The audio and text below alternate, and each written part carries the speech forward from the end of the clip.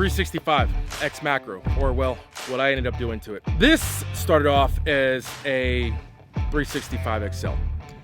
I've always kind of been a fan of the 365 series. Well, more notably the XLs. I kind of like the idea of it. It was something that fit my hand decent enough. You got 12 rounds standard with a flush fit and a 15 round extended base pad on there. I knew that eventually better things would come out for it because of the way that they set up that gun, the gun mainly being the FCU, and them really taking care of the aftermarket as far as like, you know, what they want to do with slides and everything else. I knew it would just take a matter of time. And notably enough, I actually like the 365 XL more than I like the 320.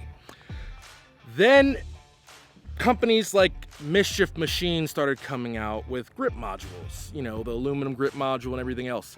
That was a big hit for me because with that, I could basically change the grip panels to kind of fit my hand. It was a little bit more grippy.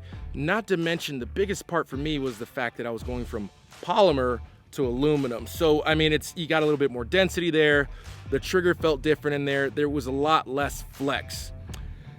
Then you start adding in other things here and there, and all of a sudden you've got a pretty capable machine. But what definitely ended up coming out that changed the game for me entirely was when the Macro came out. Now, I will say that I wasn't really a big fan of the slide and comp and, you know, the whole compensated slide and short barrel thing. That wasn't really for me. So what I went ahead and did is I ended up picking up a Grey Ghost Precision slide. And since I didn't want to run a Hollow Sun, I wanted to run a Trijicon RMRCC. I ended up getting it in the RMRCC cut. And so basically it's more or less just an XL sitting on top of a Macro grip. This thing to me is an amazing evolution from a basic carry gun to something that at this point for me as a civilian, it's hard for me to justify carrying a lot of other things. And it's actually been the catalyst for me kind of letting go of things like my Glock 19s that I had and all sorts of other things, because you always had this issue of, well, do I want to carry something like a 48 where, you know, you're only getting 10 rounds standard without the shield mags? Or with the XL, normal XL, I always had my hand hanging off the bottom unless I ran an extended mag. And at that point, you know, printing was kind of a thing. It didn't print bad, but, you know, when you just see a base pad sticking out, it kind of telltale that that's a gun. With this is basically the same exact dimensions of a 19, but slimmer, and it carries 17 rounds. That changed a lot for me. Now, I will say I kind of went down the rabbit hole with this because I've been searching for something that could basically be my primary all-around gun, not just a carry gun. And since getting the Macro grip, I really haven't done too much with the XL stuff, and I'll probably let go of most of it. I haven't really switched it back. I mean, once I carry it in the system, in the setup that I have an Enigma from Filster. It conceals perfectly. It doesn't really print or anything. That's no matter what type of clothing I have. Now, I'll probably keep a standard Sig XL grip module just in case, but I'm extremely happy with this. I mean, the fact that you can change the grip panels or the palm swell in the back and everything else from small, medium to large.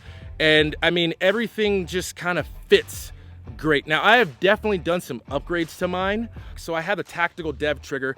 I do have an Armory Craft spring kit in here with a positive reset spring, which helps a massive ton because the reset tends to be slightly anemic on these. I have 10.8 performance rear sight and the Ameriglow front sight with the tritium, and I made sure that the height was gonna be able to work with each other perfectly, so I made sure I measured the height out. Obviously, I have the Grey Guns Precision slide, I have a Trijicon RMRCC, and I also have a DPM spring kit. And by the way, DPM is now Range Tough. Just letting you guys know, they have changed the name of the company.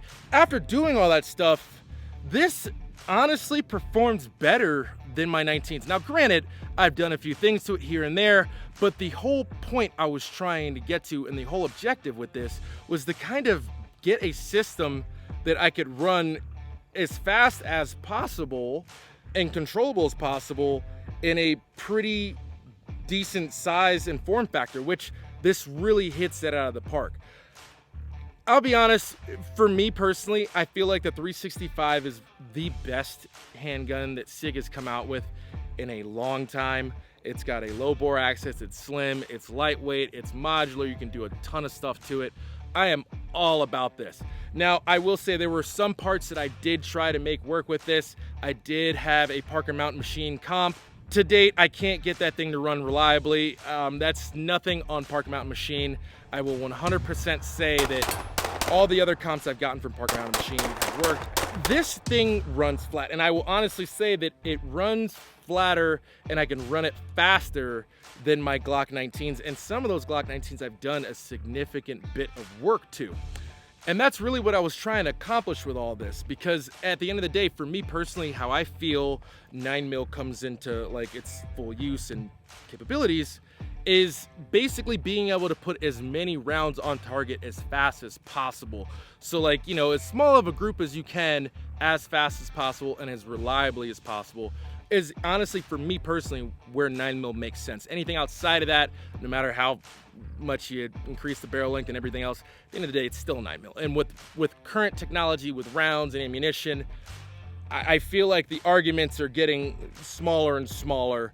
And, you know, for me personally, as a civilian, I don't compete. I don't do a lot of stuff.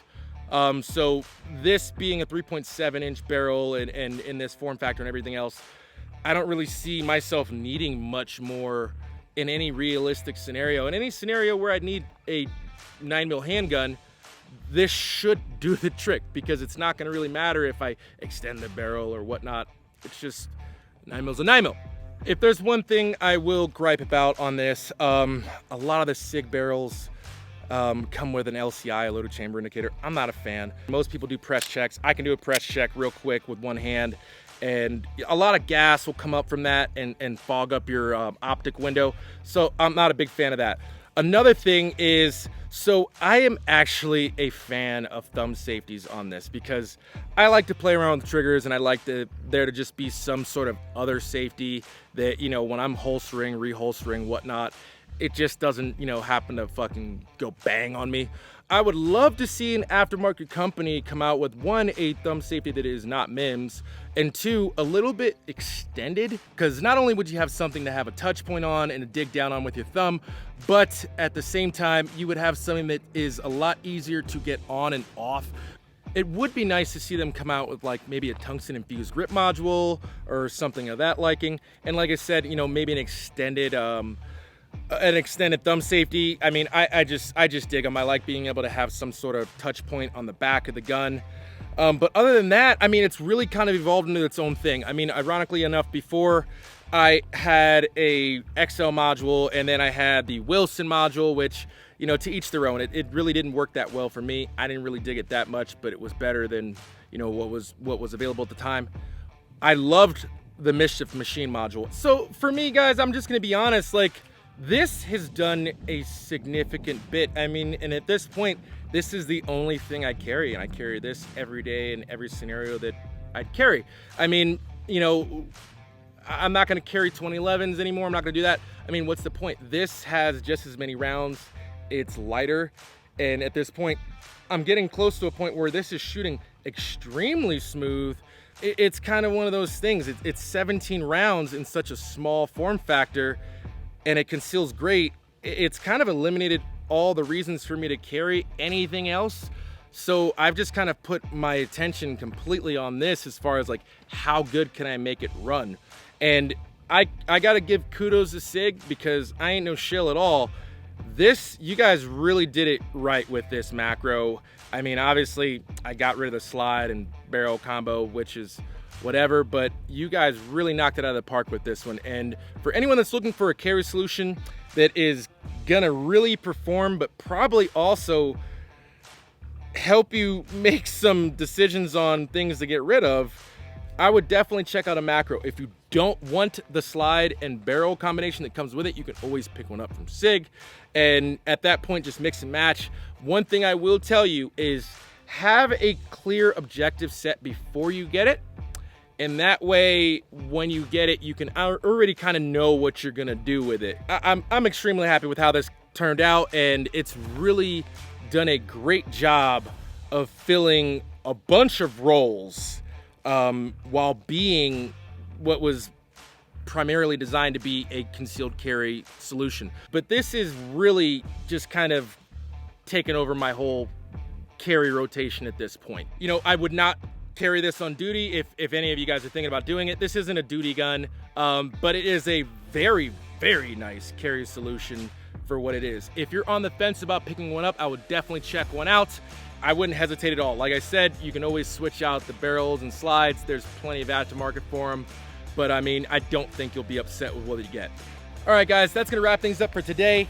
And like always, make sure you like, subscribe, comment, interact in the comment section and whatnot. And I will see you guys next time on QRC.